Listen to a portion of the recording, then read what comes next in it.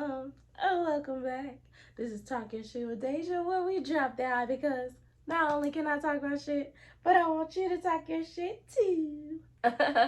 Hope you all are having a lovely Wednesday, or whenever you watch this, because who knows, maybe you missed it on Wednesday and you get to watch it another day, but I hope you all are having a lovely day. Um, so yeah, last week was something, wasn't it? We got a little deep. You know, I be trying to go a little deep or whatever because we don't do that enough.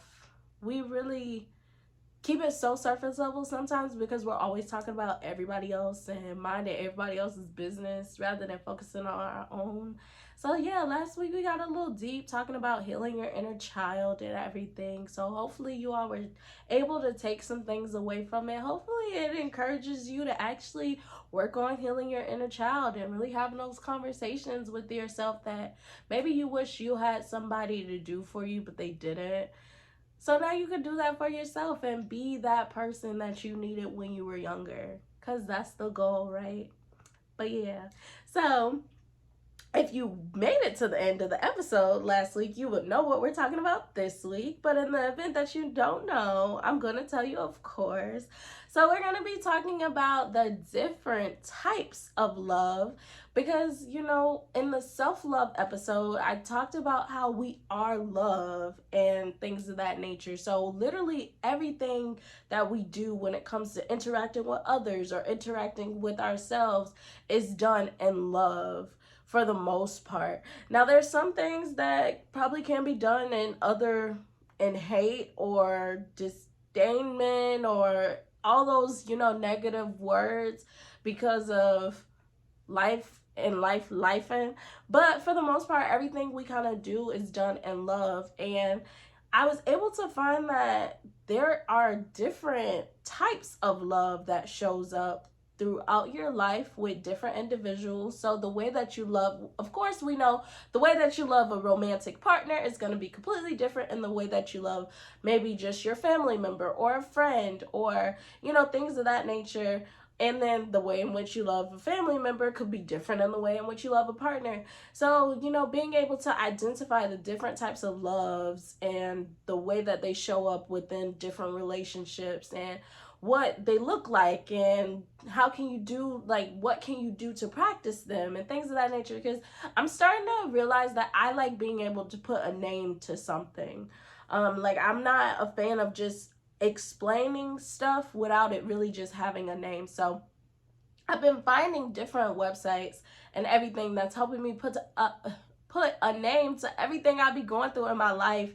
And it's kind of really refreshing when you can actually name it and be like, oh, this is why I do this with this person, or oh, this is what drives this with this person, different things like that. So I kind of just wanted to be able to go through the different types of love with you all to kind of, if you're like me where you like to put a name to different things, then it'll help you to be like, okay, when I do this, this is the reason why. This is the type of love that I'm looking for. This is the type of love I'm giving out. Or, you know, this would be helpful. This would be nice if I got more of it and stuff of that nature. So there's actually 8 that I found that I came across that we're going to go over. And there may be more, who knows, I don't know, but they said the Greeks only named 8. And so I'm gonna go with the 8 the Greeks named, and then in the event that it's more, y'all can go find them, but I'm gonna stick with these 8. So yeah, let's get it started. So the first one I'm gonna start out with, the first one, number 1, is going to be philia. And I think that's how you pronounce it, y'all. And in the event that I do not pronounce these right, please don't. These are Greek words. I don't know if I'm pronouncing these right. I'm pronouncing them English-like. And so if they're wrong, don't shoot the messenger. But okay, so the first one is philia love.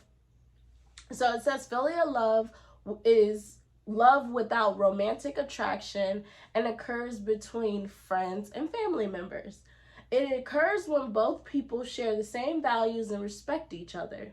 It's commonly referred to as brotherly love or sisterly love or stuff like that, because and we ain't just brothers around here, we sisters too. But yes, so it's that first level that you have within relationships. So even you still can have philia within a romantic relationship. Honestly, in my opinion, I think that everybody should strive to be friends with their partner, especially when this is somebody that you could possibly see being like with for the rest of your life. I would think that you will at least want to be their friend.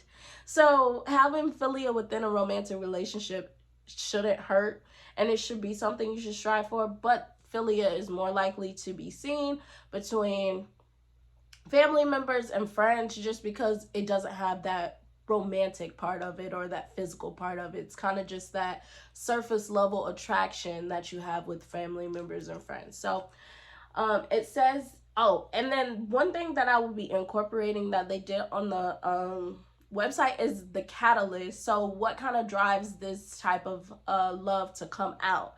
So a catalyst is basically something to help start another thing. If you paid attention in science, you would know what a catalyst is, but in the event that you didn't, catalyst is something to help start something. So it says the catalyst for philia love is the mind. So that's why it said being able to have those conversations about your values and your morals and things of that nature, because it all has to do with your mind. And then it says your mind articulates which friends are on the same wavelength as you and who you can trust. So and that's friends and family. It just said friends, but friends and family. So it's really important. This is a really important type of love in the sense of you get to see who aligns with you, like who has the same values as you, who has the same morals as you, who views the world in a similar way that you view the world, because that's going to be able to help you to form that intimacy, that bond with that person. Is, oh, okay, so you want to get married too. Okay, me too. What? Like, why for you? Oh, because maybe you grew up watching rom-coms or something. I don't know. That's so surface level, but being able to connect with somebody off of those things that are rooted within your values helps to build a connection. So I definitely can understand why that probably more shows up with your friends and family versus, that's what I'm like, it can be within a romantic relationship, because again, that should be your friend. Honestly, when you're going on these dates with people, the first thing you should be trying to establish would be this filial love, is how are we connected at a foundational level? Because I think philia would be your foundation. That would be what we have that is going to keep this relationship standing on all legs, versus maybe it's a little wobbly because you believe in one thing and I believe in another. Now we can't even coexist. I feel like when you have different morals and beliefs and everything of that nature, to try and be in a relationship with somebody is going to be hard. So you should be searching for this filial love even within relationships, like literally first date. Evaluate people's morals and their values, because that's going to be what keeps you all sturdy, which is why a lot of people lean on religion to be a foundation of why they get in a relationship with somebody. Because if you have the same religious beliefs, that means that you're probably practicing the same things, you're rooted in the same things. So maybe y'all go to church every Sunday, or maybe y'all have Bible study every Wednesday, or things of that nature that keeps you grounded and together, belief system. So maybe you don't believe in having sex before marriage the same way that I don't believe in having sex before marriage. So now we're not clashing when we come together. So, I think philia is definitely important for the beginning stages of a relationship, but it definitely is important in family and friendships as well. So, and then it says different ways that you can show filial love is to engage in a deep conversation with a friend, be open and trustworthy, be supportive in hard times, and then a bonus is you can gift them with something. So I love the engage in deep conversation with a friend. And that's with a friend, also with a significant other and everything too. I like deep conversations. I like being able to see where your mind is rooted. That excites me. That's why I said, like, before, I'm a sapiosexual. I don't know what episode that was, but y'all could go watch all of them and figure out where I said that. But yeah, like, I really believe I'm a sapiosexual nowadays. Um Though, if you're very attractive, well, nah, you gotta say something smart out your fucking mouth. Like, we gotta be able to get, like, we gotta be able to get deep. I, like, honestly, attraction is not the only thing that does it for me. Nowadays, like, you gotta be able to say some real stuff. We might gotta talk about your whole life story on the first date for me to be like, ooh, all right now. But yeah, so those deep conversations, but even outside of just romantic, I like being able to have those real conversations with my friends as well. Like, that's really how you build a bond. Like, when you be like, dang, you really went through a lot. Like, this is my experiences. I get to hear your experiences. I get to know why you're the individual you are. You get to know why I'm the individual I am. And it's just, it's a type of intimacy that you could form with deep conversations that we don't necessarily really talk about too much. Like, because when you think about it, it's not until like really this generation where people weren't even asking, like, well, okay, maybe back in the day, let's say, okay, maybe it is this generation where they stop being deep. I ain't gonna hold you. Like, people try to stay away from those deep questions because of rejection and all this other stuff. But it's like those deep questions can help you to get connected. Okay, no, now that I just thought about it, wait a minute. Because it can help you to get connected to somebody so much faster than there's just that physical, being able to really bond with somebody emotionally and like intellectually and stuff like that. That's fire. I don't know. Yeah. But, and then be open and trustworthy. Like, trust is honestly one of the main foundations of any relationship. You need to be able to trust family, friends, and a romantic partner. So that being able to have conversations with people, and as the more conversations you have and you get to see who that person is, then you start to lower your guards, and now you can trust that this person has your best interests at heart. Filial love just seems so beautiful. Like, it's not where you have to want to have sex with somebody, not where you want to touch somebody, not where you want to, it's really just connecting. That's why I feel like it's foundational for every relationship. It's like that basis. You need filial love, or you really can't do too much. Like, what can you do? You really can't do nothing. So that's it for philia. Like, that's the base level. That's the legs of the table. Like, if you ain't got the legs, then what we doing? So next is, I want to say it's storge, but don't quote me. It's either storge or storage. I feel like it's storge, and it's gonna be storge. I don't even know if they said that in Greek, but it's gonna be storge today. But it's storge love. And then it says it is a naturally occurring love rooted in parents and children, as well as best friends. It's an infinite love built upon acceptance and deep emotional connection. This love comes easily and immediately in parents and child relationships. And then it says the catalyst behind this love is casual memories. So mostly what forms this type of love is the memories that you're able to create with your parents or family members or friendships and stuff like that, which I would imagine why they said best friends is because your best friend is probably going to be somebody that goes through the dirt with you, like through the mud, through the trenches, everything like that. And so you're able to share those memories, whatever would have occurred, whether good or bad. You get to share those memories and how you were able to overcome with them. So that would make sense why they include a best friend versus just a regular old friend. I feel like storge is something that you're probably going to have over a long period of time with, these people, which why it says parents. You're with these people for the rest of your life, or, well, for the rest of their life, let's say, unless you happen to pass away before them.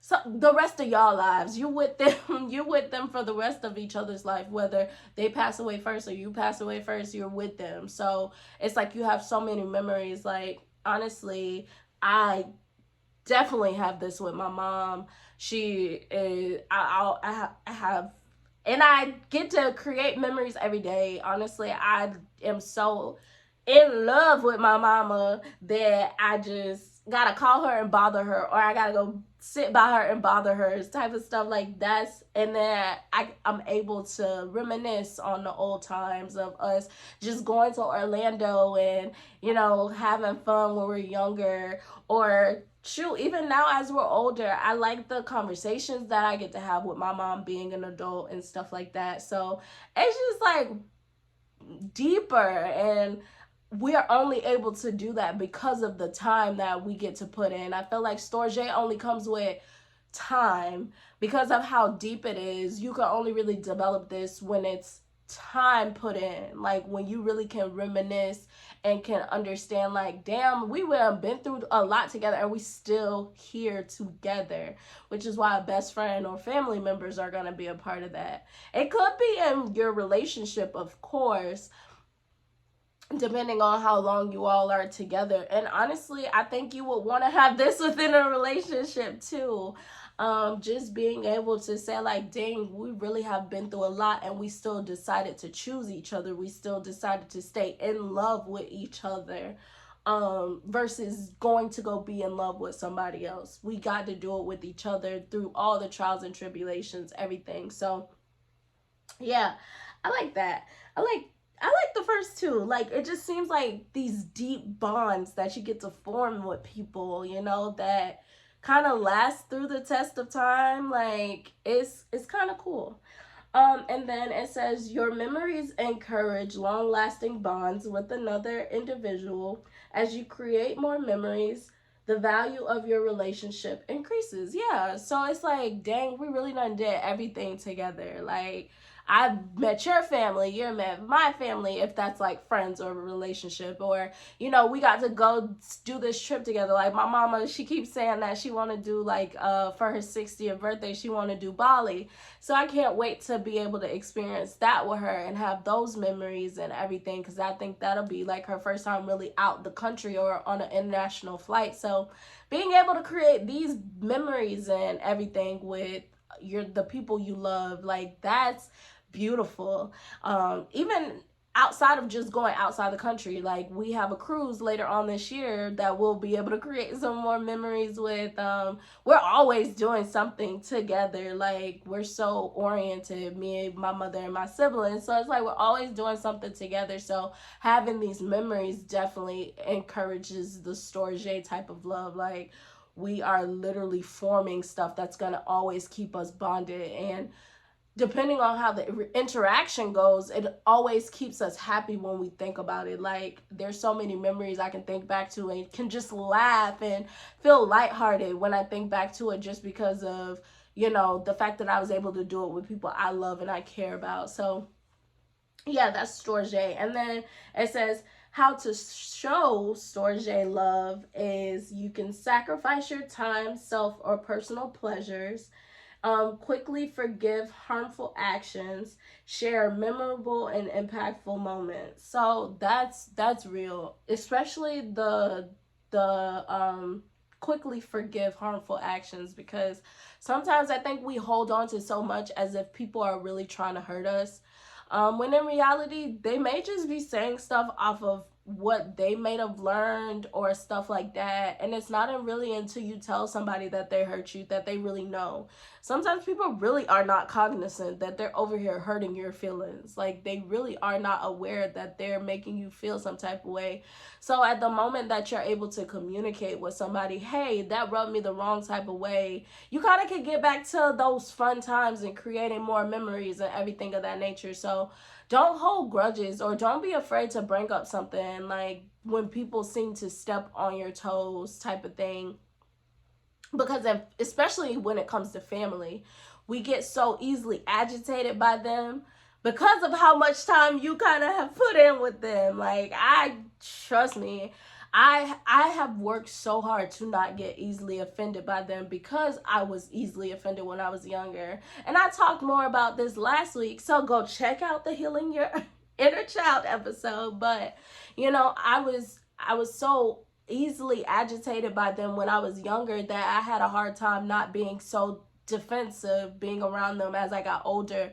But now I'm just in a space where I just want to be around people that's going to make me laugh and smile and everything, and holding on to stuff that may have not even been that deep is just, it's not worth it. Like, I'd rather have more time and energy spent with people than to be by myself thinking that, you know, they hurt my feelings on purpose. So definitely, like, work on letting stuff go when you have conversations. Now, of course, if people keep overstepping your boundaries or they keep harming you mentally, like we already said, when people start to abuse you, don't stay in the situation. But sometimes a lot of this just be misunderstandings, and a lot of people are ignorant until you inform them that what they said was not appropriate. So have those conversations, and then sacrificing your time, self, or personal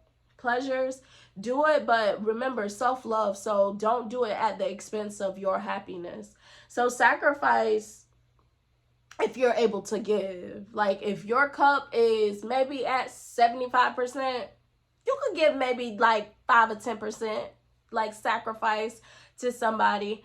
But like I said, once it goes 50 or below, then you have to be like, I can't do that, unfortunately, or start saying no. But, you know, being able to sacrifice your time, it really shows somebody that you really care about them. Like, I wish I had more people that sacrificed for me.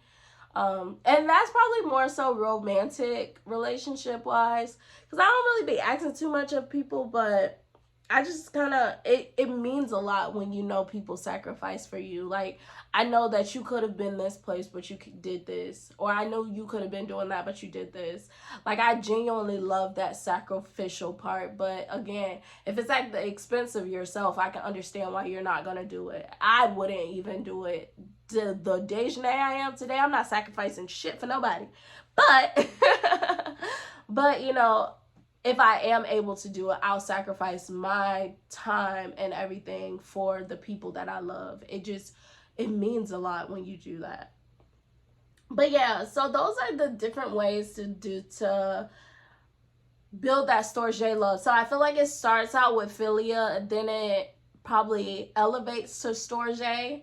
So it's really just like different levels of love. So yeah, next is Eros love, or Eros, something like that.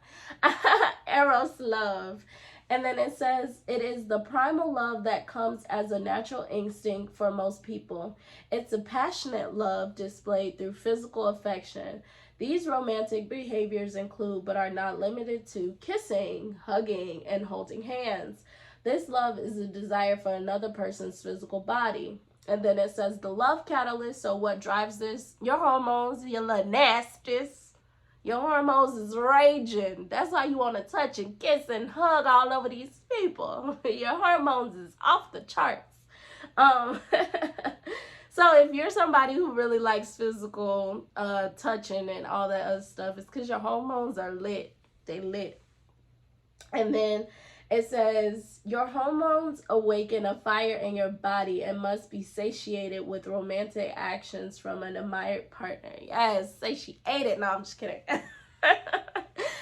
So Eros love is that primal, like they said, primal. Like, as soon as you see somebody, you be like, oh, I could rip your. I'm not like that now anymore. Like I said, once we have that real conversation, then that's where the primal come in at. Like, when I be like, oh, you deep, oh, you know how to talk, oh, you got a life story I want to hear about, then I'm like, oh, I can rip off your, yeah. The hormones definitely go to raging when I get that deep connection. So when we get that philia going, then that Eros comes out. But without that philia, I don't know, well, I'm lying.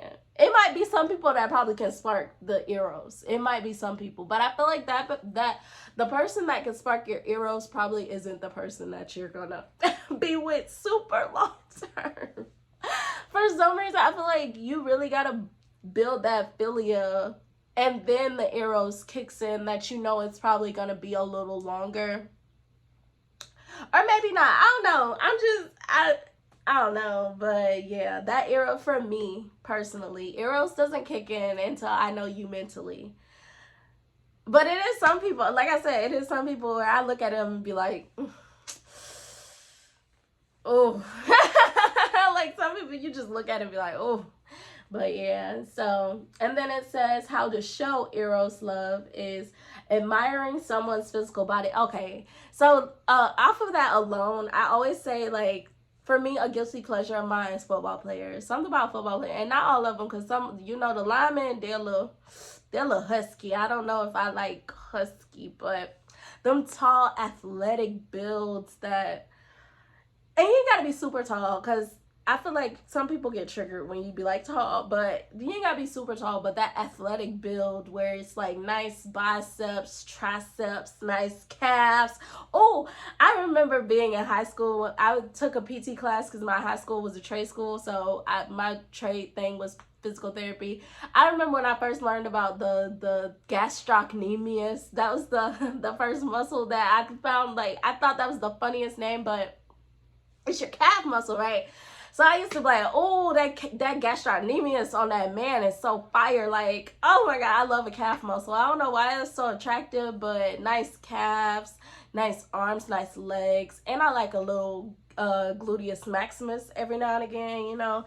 I don't know why people don't like gluteus maximus on guys, but it's so attractive to me. Like, it's just, that whole athletic build all together is just, I can get some eros going. I might just be like, oh, just come here and let me touch on you. But yes, that's the first way you can practice that. And then the next one is physical touch, such as hugging and kissing. And I love that, y'all.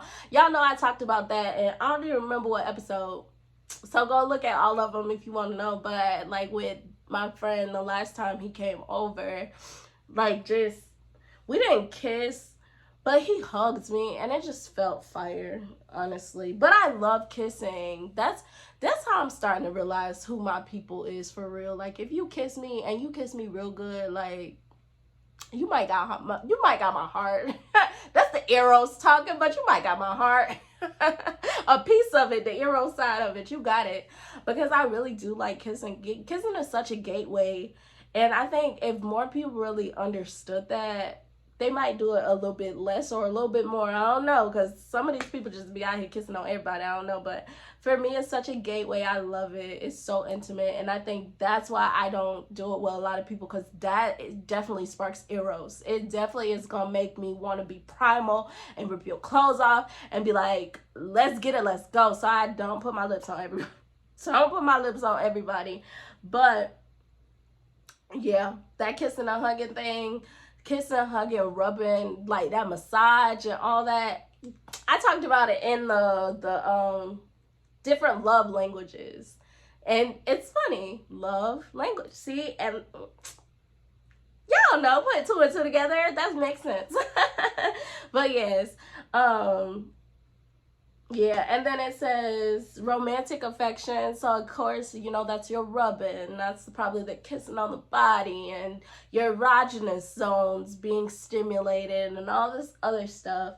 And then, yeah, eros is just that physical, that as soon as you, like, and it's crazy, like, that you would think of it, like, well, not you would think of it as love, but I mean, I guess it is love. Like, when you want to express that with somebody, you're in the eros style, but that doesn't necessarily mean that this is your person because you're experiencing eros love with people, especially nowadays. I feel like everybody's stuck in the eros love state. Everybody's stuck in eros love, and it kind of makes you think that this is your person because it is a type of love. But it's not your person all the time. Sometimes you really just can experience eros love with certain people, and that's it. Because if that philia don't come in, then we can't do nothing. Like, if I can't mentally connect with you, but I can physically connect with you, then maybe we just got to stay in eros love, and that's fine. sometimes that's why I like being able to put a name on it, because sometimes we think that love only looks like certain things, when no, I can experience eros love with anybody that I'm physically attracted to, but excuse me, y'all. But that doesn't necessarily mean that I have to be in a relationship with that person. Just because we can share love in that way doesn't mean that we can share love in any other way, and that's okay. Like, honestly, we have to be okay being able to share love in certain ways and not always looking at it as such a bad way. Like, personally, I'm not sharing eros love with too many people, but there's some people out there that is more than willing to share eros love with whomever they find attractive. I'm not gonna do that because like I said, I need that philia. Like, eros ain't gonna come in if I ain't got the philia. Some people don't care about philia. Some people don't care if we can mentally connect. I just care that you fine and you got me thumping a little bit, or you got me standing up at attention or whatever. So, but it is like when you're physically attracted to somebody, that's the eros love part of you that is coming to the forefront, trying to get some attention because maybe she or he has been dormant in the back and now it's ready to come out and take all the prisoners or whatever. So yes, that's your eros love, which, yeah, that should be the basis of romantic relationships after philia for me. Or I would say if there was an order, it would be philia, then eros, like right after. Because keys, no, wait, please me, baby, turn around and just tease me, baby. You got what I need. Why can't I think of the song? But I wanted to sing Bruno Mars. I felt like it went right there, but I can't think of the words. So that was a fail. But I tried. So next one is Ludus or Ludus or Ludus, or I don't know, but I'm gonna put it right there. So it's gonna be Ludus, Ludus, Ludus. I don't I don't know. But yes. And it says is a childlike and flirtatious love commonly found in the beginning stages of a relationship, aka the honeymoon stage. This type of love consists of teasing, playful motives, and laughter between two people. Although common in young couples, older couples who strive for this love find a more rewarding relationship. And then the catalyst behind this is astral, so your emotions. And then it says that your emotions allow you to feel giddy, excited, interested, involved with another person. Oh my gosh, I remember feeling this. Honestly, the honeymoon stage is really it's like it really can be the hardest stage because it kind of puts blinders on your eyes, and that because you get to experience this giddy and loving feeling and you're excited and interested and ready to be around this person, you kind of get so caught up in that when it starts to maybe wear off, you kind of just feel some type of way, or maybe the real shit hits and now you leave this person. So it can be kind of blinding to be in this phase or to be in this type of love with somebody. But I can understand, like, I can understand why you need it. That playfulness of it, lightheartedness. I feel like most people want to stay in Ludus. I feel like most people would like Ludus. Like, if they honestly could stay in the playful, lighthearted, fun interactions with your partner, they would. But, you know, they life be lifing, so you're not gonna be able to stay in the loving relationship with somebody all the time. Like, maybe you can get back there, but I think the Ludus love is probably something, like, as time progresses, you really have to work towards maintaining.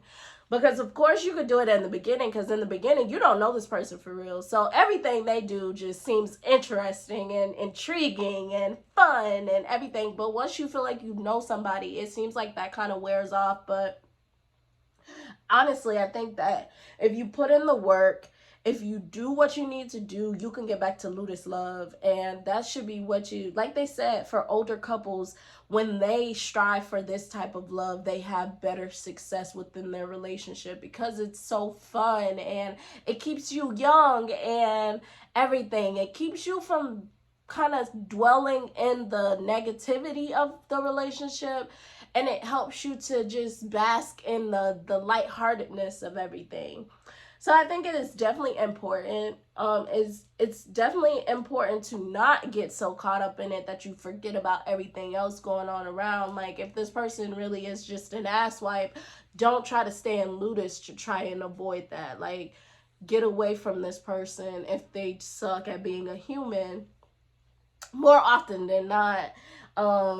Because Ludus is not gonna save that, regardless of how many, like, how much you can have fun with this person or whatever. When they turn into a monster, I don't think you should use excuse me, use Ludus to try to, put it to the side or whatever. But it's definitely necessary. I love being in, like, it's so cute to me. And honestly, that may be, which I was thinking about this, y'all, real quick. Let's go on a little tangent or whatever. I was thinking, like, the reason why people that are inconsistent in your life are able to maintain your grasp is because they play on this motherfucking Ludus. Like, if we're being, they play on Ludus so much because when they leave out when they first come into your life, you're already in honeymoon phase or whatever, but they leave out before you can get to that real deep shit, right?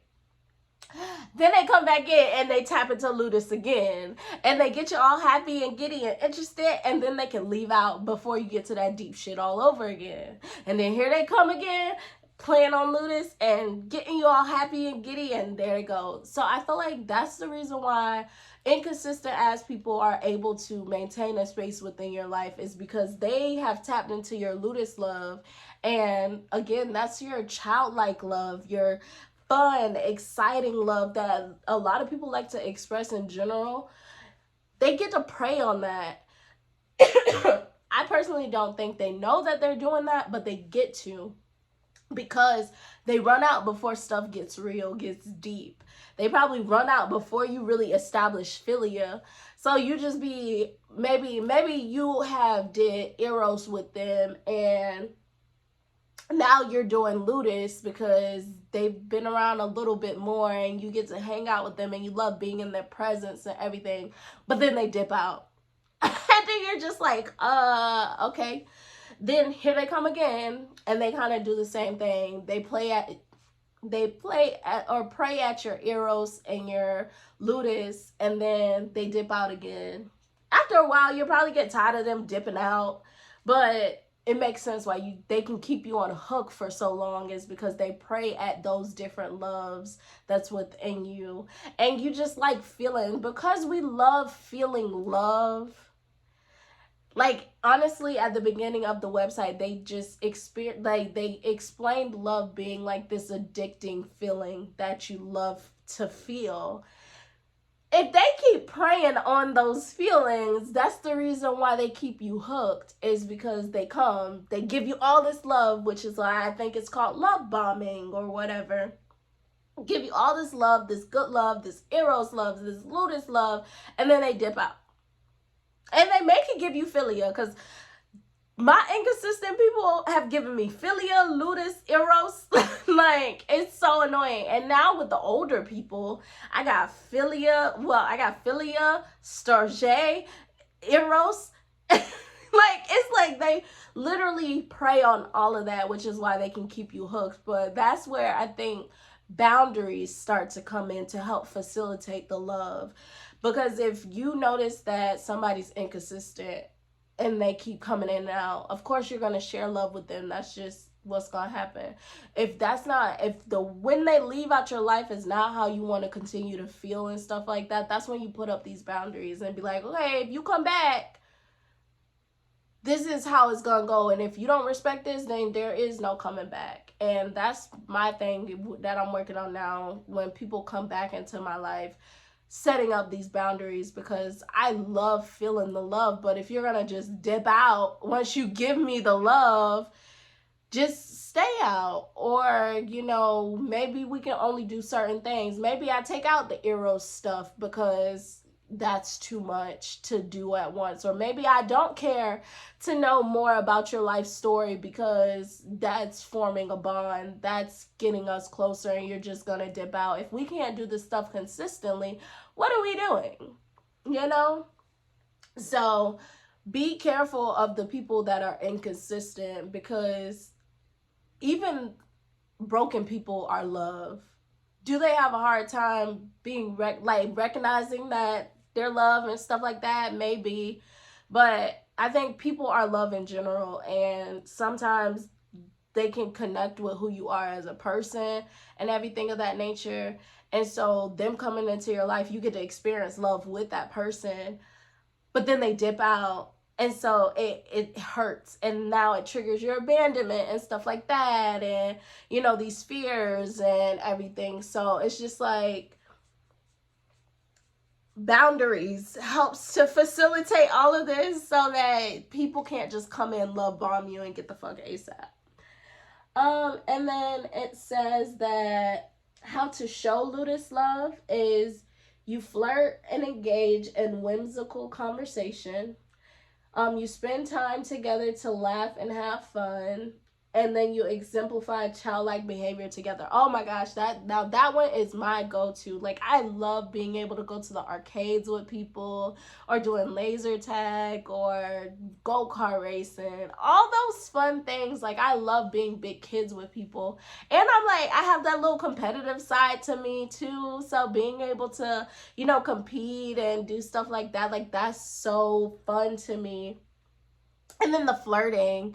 I love flirting. I suck at doing it, but I love receiving it. Like, I love receiving like somebody flirting with me and stuff like that.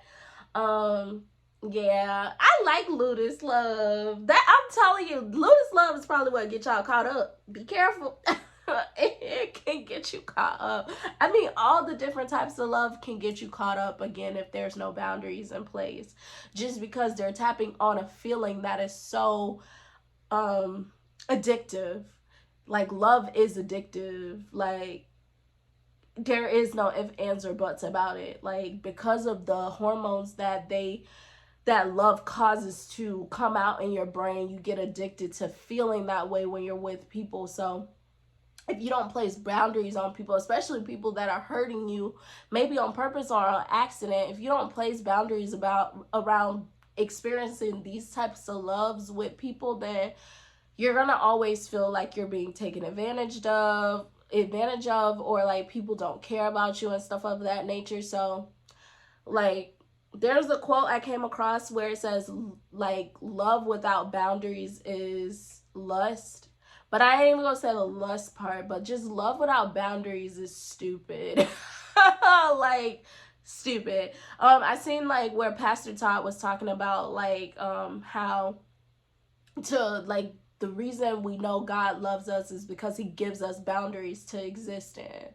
Like, we're not supposed to have sex before marriage, but it's only because of all the bad things that can happen before you are really tied to somebody, all the bad things that can happen if you're just out here recklessly having sex, or, you know, not honoring your mother and father and stuff like that. Like, I feel like all of these boundaries is because he loves us, you know? And so being able to have boundaries with people that come into your life only shows that you love them, not the other way around, because people will take advantage if they can. Like, and it's not even on purpose. It's just as much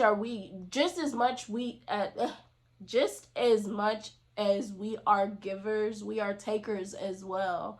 So if somebody is giving and giving and giving and giving, I like free shit. And I know like all of America like free stuff. Now, some people understand free stuff is never free, but I like free. And if you just giving and giving and giving and giving and giving, I'm not gonna say no. So I can understand why, you know, people are willing to just take and take and take and take. So you have to be able to put boundaries around your love in order to love people appropriately. But So, yes, that is Ludus love. Don't get caught up in that one, y'all. It's tricky because it's that honeymoon where your rose-colored glasses are on your face. You don't see no red flags. Them bitches is purple. They ain't even on the stoplight. Like, they is purple. So, next is pragma. So, pragma love is a unique bonded love that matures over many years. It's an everlasting love between a couple that chooses to put equal effort into their relationship. Commitment and dedication are required to reach pragma. Instead of falling in love, you are standing in love. Oh, I love that. And then with the partner you want by your side, indefinitely. And then it says the catalyst for this is your subconscious, so something you do without even thinking, honestly. So you know it's real. If it's something you do, you ain't even gotta think about it. And that's me for like, I feel like I get to pragma by my damn self. That's the problem. Is I be in pragma, other motherfuckers probably be in eros. Like I be in pragma, I be like ready to do this stuff long term, everything. But they probably don't be there. But we're gonna talk about it because they have a love for that too. I'm telling you, y'all, there's like something for everything that you go through in your life. I just like being able to identify what it is. But and then it says the subconscious drives partners towards each other. This feeling comes unknowingly and feels purposeful. So see, like you don't even gotta think about it. So this honestly would be where you want your relationship to be years and years and years down the line. Like when you and your husband, maybe your husband's on his deathbed or you're on your deathbed, you have that pragma love where you know y'all fought hard to get to this destination. Like literally when they said to death do us part, that's what we meant, and we stood by it. Or like for better or for worse, through sickness and the health and all those good what are those things? Vows. I'm like, what are those things called? Because I ain't heard them. But yes, those vows, like y'all really work to maintain those vows. Like y'all busted y'all ass to maintain those vows, and it's because of that pragma. Like there was no thought that I really had. Granted, you do have to consciously choose people every day, but really, when it's your person, it's not even like a thought of I have to do this. It's I get to do this. Like I get to wake up and work every day with you towards a destination or wherever we're trying to go. Like I get to choose you and you get to choose me type of thing. Not I have to do this to make this relationship work. It's like no, we get to do this together just because you're my person, I'm your person. And that's what these vows meant, is like we're going to work hard and there's no thought that we really have to put into it. We know that relationships are work. Anything in life is work. Honestly, waking up and getting out of the damn bed is work. So it's just like we know that there's work that has to be put in or whatever, but we get to put in this work with each other because I chose you, you chose me type of thing. So I love that personally. Honestly, I want philia, I want storge, I want pragma, I want eros, I want all that in my relationship. That's how I know we lit. Like when I can identify that we have all of those, and then maybe agape, I don't know if agape is possible in romantic relationships. I would think that pragma probably is more possible just because it's y'all are choosing each other, like genuinely choosing each other, regardless of what happens. Y'all are choosing each other. Granted, there could be boundaries, and if at the moment you cross the boundaries, then we choose to go in the opposite direction, that's different. But where y'all are working towards not crossing the boundaries, not breaking the bond, I mean not breaking the contract that was signed between you all, those vows and everything, keeping that to, it's so beautiful, y'all. I love that's what I'm talking about. It I just love talking about love. I want to be able to experience practical love one day with somebody and just be like, you know what, years and years later, I still choose you. Years and years later, I wouldn't even imagine doing this with nobody else. Like, I want to be, I feel like that should just be the ultimate dream to get to is that pragma, because that just seems like you chose me, I chose you. I like that, y'all. Okay, and then it says how to show pragma as you continue to strengthen the bond of the long-term relationship. So that's doing your different types of intimacies. And if you want to know some different types of intimacies, go check out the episode, because you know we got an episode on it, blog. But yes, so that's practicing your intimacies, love languages. These are the different types of loves, but you know, go check out the love languages and being able to attend to somebody's needs and the way that they need it. So these are just to identify what the love looks like, but you know, those love languages are different ways in which you can express it. So we already talked about Eros, which kind of aligns with physical touch. Philia probably aligns with quality time. You know, they all align, but you know, the love languages actually puts a different name on it. Y'all, like I said, y'all, I like names and I like all this. Some people just be like, it is what it is, and I don't care about all these names. But for the people who like names and labels and all this stuff put on people, I like it. So, and then it says, you seek and show effort with your partner always. I'd like, for me, my biggest thing is the showing me effort. I just want to be on the receiving end for once. Like, I was in my first relationship kind of, and then shit just got rocky, but I want to be back there with somebody. It's just be on the receiving end, because I give so much and give so much.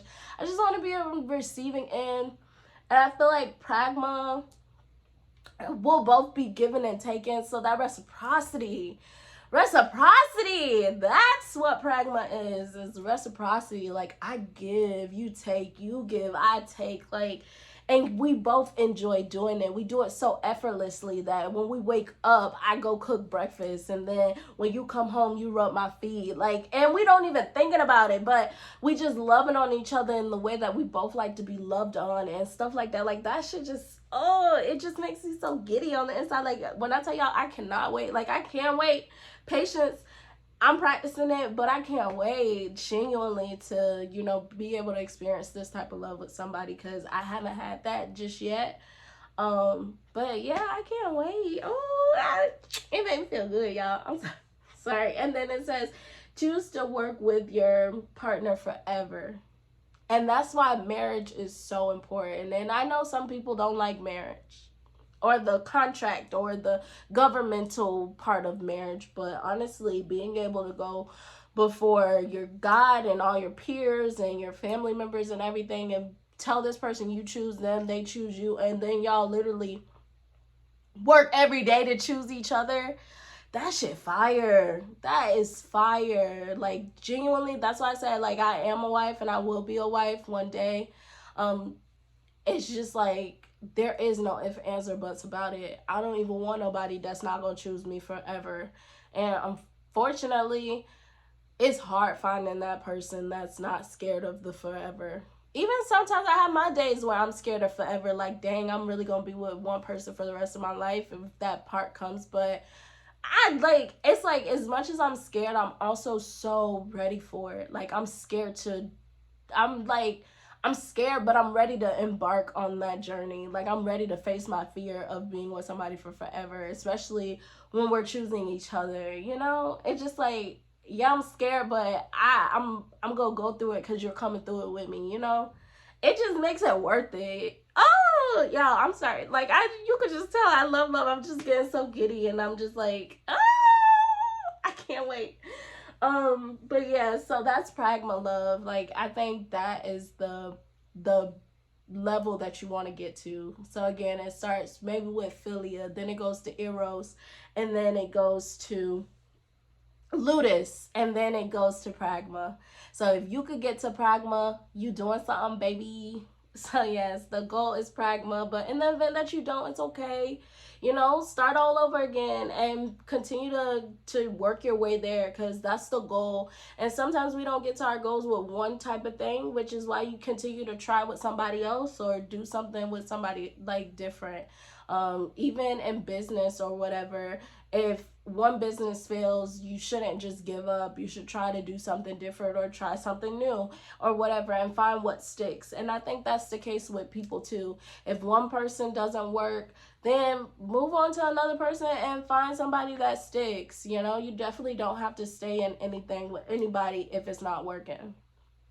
But to be able to share this type of love with people is just so, ooh, I can't wait. So next is mania. So this is the one bad love, and it's not necessarily that it's bad. It's just that it's what is it called? It's a little crazy. It's a little insecure. It reminds me of your insecure attachments. And when I read it, y'all will know why. And if you don't know about your attachment styles, go check out go check out those episodes. But yeah, so it says mania is an obsession love towards a partner. It leads to unwanted jealousy or possessiveness, known as codependency. Most cases of obsession love are found in couples with an imbalance of love towards each other. An imbalance of eros and ludus is the main cause of mania. With healthy levels of playful and romantic love, the harm of obsessive love can be avoided. Love catalyst survival instinct, which makes sense. It says your survival instinct drives a person to desperately need their partner in order to find a sense of self-value. Y'all, now y'all see why I said it's like your attachment styles. Especially when it talks about codependency. We already know I'm a little codependent. I'm working on it. And we know I'm a little anxiously attached. So I lean more so on that mania love, for the simple fact that because you have a parent missing in your household, you basically don't have that part of you, right? So you're always in survival mode for the simple fact that if your other parent was unable to provide you with stability and security and everything, you're in survival mode. Like, you're just like, okay, the one person, the two people that was supposed to love me unconditionally suck. And they don't do that. So what am I ever gonna find somebody that's gonna be able to provide me with, a good type of love or whatever the case may be? So it just causes your mind to be all over the place. So I can definitely understand why mania correlates with insecure attachments and all that other stuff. It definitely makes sense to me. Like I said, I probably get into mania love with people, and that's your inconsistent people, right? So and that's inconsistent in every aspect. Like, you can literally lead to mania just off of inconsistency alone, or imbalance, all that jazz. Like, because now you're just like, okay, where are you going? Are you ever coming back? Are you going to give me this type of love again? Like, you start questioning everything. So it starts to impact your behaviors. So for me, I don't necessarily get jealous, but I get or maybe do I get jealous? Maybe I don't know if I get jealous, but I definitely don't get no, I might get possessive. I might get both. I don't know. It depends on what you're saying. I don't necessarily get jealous of people. Like I said, I more so get jealous of the fact that other people get your time, but I don't. But it's not of a specific person in general that I get jealous of. And then possessiveness, I think that's more so just like when you want to talk to somebody, you want to talk to that person. Like, when you want to hear from that person, you want to hear. So I think it's like you forget that they're their own individual and they don't owe you anything. But if you were attracted to somebody that actually gives just as much as they take, then you wouldn't have these fears, these worries, this mania love, so to speak. So that's where I'm at right now with my friend is in this mania love right now. I feel like once I establish boundaries and everything, and like put myself in better situations, the mania love will leave. I definitely don't want to stay there. It seems really unhealthy to be in mania love, just for the simple fact that it's imbalanced. Like, you're giving all of yourself to another person and they're not giving you shit, or they're giving you a little piece of them, and that's trash to me. It's really trash. So Yeah, I'm in mania love right now, but I'm gonna get the fuck out of that. I'm tired of being in mania love. Like, if I can't be in pragma love, I don't want it. No, I'm just kidding. I don't want it. But yeah, so if you notice that when you're dealing with somebody or whatever and it starts to become imbalanced or whatever and you feel yourself having to give more and everything of that nature, you may be in mania love, and that's not the healthiest. And when you notice yourself getting there, boundaries, boundaries is how you help to facilitate love in general. Boundaries. And then it says ways to avoid mania love, because we don't want to give it, we want to avoid it. And then it says recognize obsessive or possessive behaviors before acting upon it. So I'm bad because I will literally text somebody. Okay, y'all, I used to be worse than I am now today. Today, I will text one time and leave you alone for a couple weeks, then text again. Back in the day, baby, oh, you didn't text me? Oh, we finna have a whole conversation in here by myself. Like, what is going on? Like, I'm sending everything. Like, I'm losing my mind.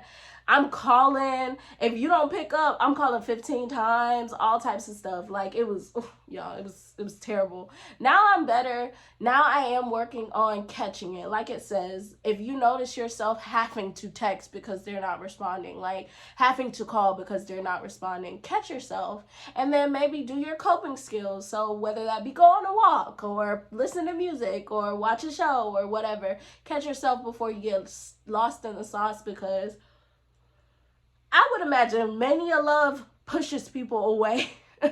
So you don't want to push people away, because then it's gonna keep you from getting more love that you want to receive. So yeah. And then it says focus on yourself more versus another person. I learned that too. That the more I focus on myself, I stop thinking about anybody else. I really don't give a damn. It's the moments where I'm not focused on improving my life, making me good and everything, that I really worry about everybody else or the men of my life or whatever. But when I'm focused on me doing what I love to do and everything of that nature, fuck them niggas. No, I'm just kidding. I mean, you do have your moments where you just be like, dang, I wish I had him here to spend with me. Like, I love binge watching. I wish I had somebody to cuddle up with and binge watch. But, you kind of get out of that thought process as you continue to just enjoy yourself. So I definitely agree with that. And then lastly, it says put trust into your relationships. I'm thinking that means more so into other relationships. If the romantic one is going left, put trust in the other ones you have cultivated around you to support you. So I lean on my friends so much more now, because I don't have a guy in my life. I lean on my family so much more now because I don't have a guy in my life. Like, I lean on those relationships to help me through these times where I'm like single, because if you just try to be in this room, be in your room, your mind's gonna go 1,000 different places where it don't need to go. And that just, it's a waste of time, a waste of energy, all that. So being able to trust the other relationships that you cultivated to help you get through stuff, I think is really helpful. And it helps you to avoid mania, or it could be talking about being aware of the type of person that could inflict mania, so you're trusting to choose somebody different. It could be saying that too, is like when somebody comes into your life and they respect your boundaries and they give just as much as they take, and they actually care about pleasing you and not just being pleased, then trust that as well. Continue to go with the give and take of the relationship and stuff of that nature. But it just said put trust into your relationships, I'm thinking that maybe it more so means all the other ones you cultivated, but that's an option as well if you want different perspectives of what it's saying. So next is going to be Fallacia or Fallacia. Fallacia? No, it's not Fallacia. I don't think. Fallacia. I'm going to put it on the screen if you're on YouTube, but in the event that you're just listening, I'm sorry that I'm butchering this word, but I think it's Fallacia or Fallacia.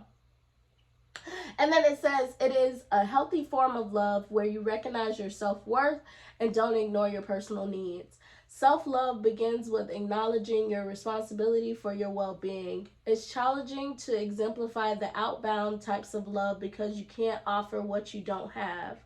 And then the catalyst for this is your soul, your spirit. And then it's where am I?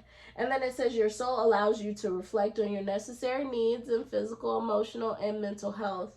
And then how to show philautia or philautia, you create an environment that nurtures your well-being.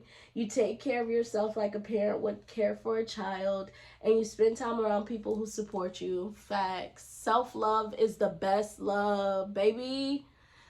And it's okay, it's not the okay, it is the best one, because without self-love you really can't even do all of the other ones. Like, how you gonna eros love if you ain't loving on yourself? How you gonna philia love if you ain't loving on yourself? How you gonna ludus love if you ain't loving? Like, you gotta love on yourself in order to do all the other loves. It is the most important, because without it, it's gonna be hard to maintain all of the other loves. Like, you need self-love. You need to be able to cater to yourself, do things for yourself, even putting yourself around other people, because sometimes it's hard to really just be all that you need for just yourself. It really is. I ain't gonna hold you. There's days where I get tired of being just by myself, but there's days when I absolutely love myself. So on the days I absolutely love myself, I say fuck the world, and I stay inside this room and we have a ball. And I don't even care to be around other people. But there's some days where I'm like, oh, I miss people. I miss the interactions of everybody else. So I get to go experience those other loves. But without philautia, I would kind of be lost right now. Philautia love has got me through. It really got me through last year. I ain't gonna hold y'all. Like, I was in such a dark space last year. It was annoying. I was ready to do something different with my life, but it got me through it because I started to learn about myself. I started to realize just how much I could be a podcaster and stuff like that. And I'm even getting more ideas of how to branch out and do more with the podcast and, really make this something. And it all started with loving myself and learning about myself and becoming more in tune with who I am. Like, philautia is needed for any individual out there. So philautia is your self-love. But yes, love on yourself, y'all.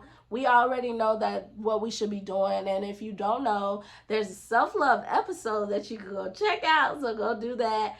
And to learn about different things you could practice to love on yourself. But yes, that's a plug. If you didn't catch it, go watch the self-love or go listen to the self-love episode. But yes, philautia love is the best love, and it's the most necessary love. If you do not love yourself, it's going to be hard for you to really be able to get all of those other loves or to give it out. I feel like if you do not have philautia love, you're more likely to remain in mania love. And like we just read, mania love is so unhealthy that to be in it for long periods of time is only gonna make you want to be off this earth. Like, I promise you, it's really gonna make, because you're gonna feel like you're always giving, nobody appreciates you. Like, what the fuck are you here for? Like, it's really gonna make you ready to end it. So it's like, practice that philautia, because then you're just like, oh, I love me, fuck these people. If they like me, they like me. If they don't, I don't care. Like, you really start to have a whole different air about you when you practice that philautia love. You start to move differently. You start to,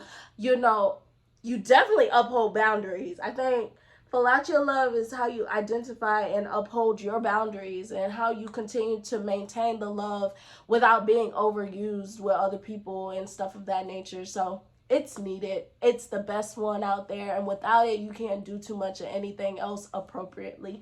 So practice it. And then lastly, which is the one that I'm still like, can we really achieve it in our lifetime? Or is it something that you really only can get from God, because he's a figment of our imagination, and that's the only reason why you really can get unconditional love from him, is because he's literally something we have to believe in for it to be, right. I mean, of course, it's real to you if you believe in religion or spirituality and stuff like that. But for the ones who don't, then they may not even think that you could get to agape love. But personally, I think you could get close to agape love, but I do think that because we all have different points of views, what may be unconditional to somebody could be completely different to somebody else. Like for me, I love people from a distance. So if there was people that if okay, not if there was people, if the people that I used to date or whatever, not date, but you know, the situation, if they did stuff, I'm always gonna support. I'm always gonna check in if I can, and if I can't, oh well, then stuff like that. Like, but I'm not gonna just wanna do eros with you. I'm not just gonna wanna, you know, share philia with you. I ain't gonna. But then is that a condition? If I don't want to share those other different types of loves with an individual, can I truly do agape love? Because I feel like agape is every love all in one. Like, you're not stopping it regardless of, maybe not eros, maybe you don't want to touch on everybody, but maybe you're doing everything else with people. But we're gonna read through it so I can actually see what agape is. But yeah, I think it says that the synonym would be unconditional love, so I kind of know what it is, but we're gonna read it. So yes, lastly is agape, and it says agape is the highest level of love to offer. It's given without any expectations of receiving anything in return. Offering agape is a decision to spread love in any circumstance, including destructive situations. Agape is not a physical act, it's a feeling, but acts of love can elicit agape since self-monitoring leads to results. And then the catalyst is your spirit. And then it says your spirit creates a purpose bigger than yourself. It motivates you to pass kindness on to others. And then it says how to show agape is you dedicate your life to improving the lives of others. I definitely have like shifted over into it. Do I have my off days? Maybe. Like, there's sometimes where I be ready to cuss people out for driving terribly, but I don't pass that energy along. And honestly, I wouldn't even, well, nah, it depends on the day. I might honk at you. I might give you a little bad energy every now and again. So I think, like, that's why I say I think it's possible to get close, like where you're like inches away from just being agape, but it's hard because people be peopling and everybody can rub you the wrong way. So it's like sometimes you really do just want to give out good energy and good vibes and say hey to everybody and, you know, talk to everybody and really just give off that energy. But sometimes it's hard because life be life, and so it kind of made you harder than you need to be, or, you know, reserved and stuff like that. So that's why in the episode of unconditional love I say, like, that's a goal, is just to get to there. If you work every day to get to there, at least you know you're trying. Even if you never get there in your lifetime, you know you're chipping at whatever walls you have up so that you're continuing to pass along that good energy to people, rather than just, you know, being an asswipe because life hardened you in such a way that now you just gotta be asswipe. So yeah. And then it says you stay conscious of your actions for the good of humankind. I try to, again, I may think some of the worst things about people, or not the worst, but some of the meanest things, you know, where we have like those thoughts that just come to our mind, where, like, I just seen somebody the other day and I was like, oh, he looked like Sid the Sloth, but I wasn't gonna tell him that, you know, because that could have been an insult. Like, I'm just not gonna pass around this energy to anybody. Yeah, it may come to my mind just because as humans stuff comes to our brain, but that doesn't mean you have to put that out to people so that they can feel some type of way. I try to only put out positive energy for the most part. I don't try to put out negative energy, even like in comments and on social media. Some people are so negative, it's so annoying, but I try not to go back and forth. I try not to pass along negative energy. Like, if you're in a bad space, I'm going to try to say something nice. If you didn't receive it, I'm going to deuce out, because I can only do negativity for so much before I get on my damn nerves. Like, I really am so positive. I can't stand when people just sit in negativity. It's so annoying. So sometimes you really do just got to dip out. Again, that's where those boundaries come in at. Like, sometimes to just give off agape love is hard because some people are not ready to receive that. And you ain't got to stay there and try to make them receive it. You can put out good energy into the air at the moment that they're not receiving it, then you dip out, you know, because you don't want to pass out bad energy. They're already in a bad space. If you pass out that bad energy, now you're in the space that they're in, and did you really want to get there? Like, so it's just like, if people want to go to hell, let them go to hell by themselves. You stay you stay up here. When they go low, don't go lower than them. Like, when they go low, you go high, okay? And then it says, offer your time and charity to someone in need. Definitely. I feel like I offer time and charity to the podcast, really. And it's not even necessarily charity to me. It's more so just like, I know there's a lot of people out in the world that don't have information about how to make their mental great. And sometimes, like, people say it in such terms that you can't really understand it. So, you know, I'm trying to learn how to make this big understandable conversation understandable and relatable and exciting to learn about, and, you know, helpful to the masses, so that you all can take the knowledge and run with it and make your lives better and things of that nature. All this stuff I literally Google. A lot of it I learned from school, but not everybody gets to go to college and, you know, take psychology classes and learn these things. But everybody got Google. So if I can find some stuff, tell you about it, and give you the website on where to find it, then now you can go look it up yourself, and maybe that encourages you to do more inner work and become the best version of yourself, so now you can pass this along to somebody else. That's really the goal here. Like, that's why I'm like, I think I'm transitioning into agape love, for the simple fact that I just want to see everybody win. Like, I just really want everybody to get on the right track. Like, honestly, that's why I don't pass around negativity. Negativity may come to my brain, but I try not to pass it around, because I really just want everybody to be on a good page. But I know it's not realistic for everybody to be good all the time. I'm not even good all the time. But I don't try to pass it along to people for them to be even worse than I am. Like, that's not conducive, and we're not going to get anywhere if we're both passing around bad energy. So I rather, you know, recharge myself, make myself good, and then interact with other people, so that I'm only giving out good energy. I love this podcast so much already, and it's not even to the peak of where it could be.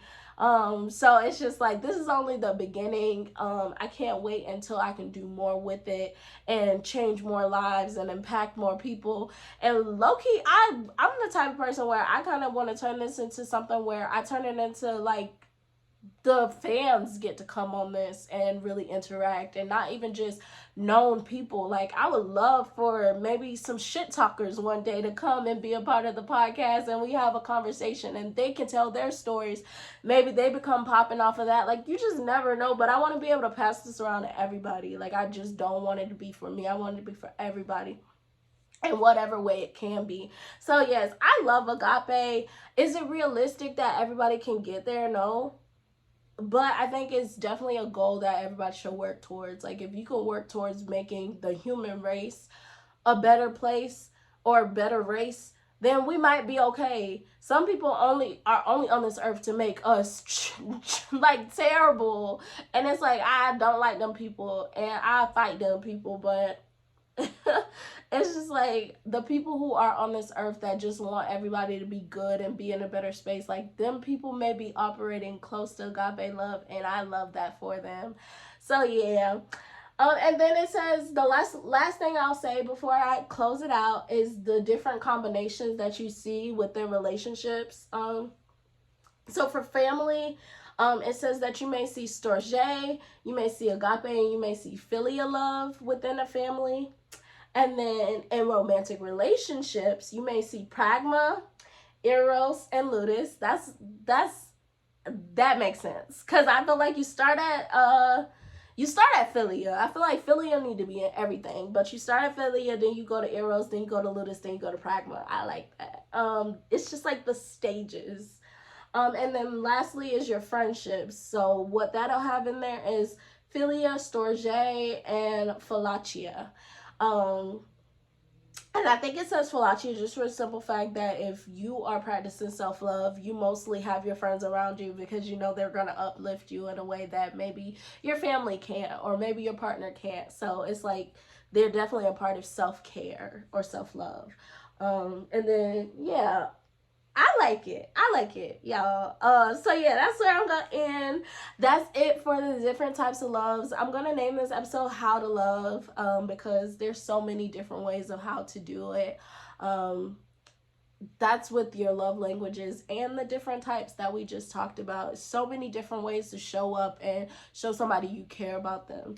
One thing I will say before I do completely close it out is like I noticed that a lot of people have a hard time with the word love, right? So even in relationships, we'll wait so long to tell somebody you love them. And I'm in my mind, I'm like, why do we wait so long to do it? Or why do we stray away from it when in reality, as soon as you meet somebody, you're practicing love. Like as soon as you, like literally straight out the gate, as soon as you meet somebody, you're practicing love. Why do we hesitate to be like, I love you? Or why do we like feel weird when somebody be like, I love you, maybe after 2 dates or whatever the case may be? Like genuinely, they do love you, like because they're literally experiencing one of these types of loves with you.